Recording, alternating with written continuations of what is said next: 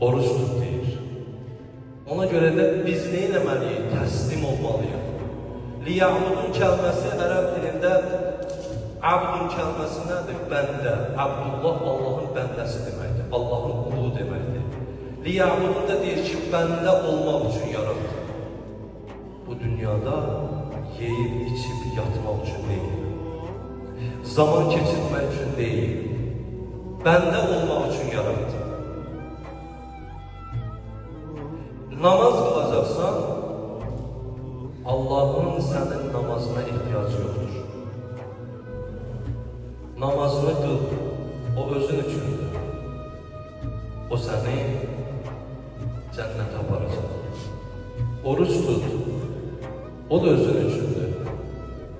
Amma bir insanlığa yardım eyləsən, bir yetimə yardım eyləsən, bir yoxsulun qarnını doyursan, birinə kömək eyləsən, əl tutsan, xidmət eləsən, bu Allah üçündür.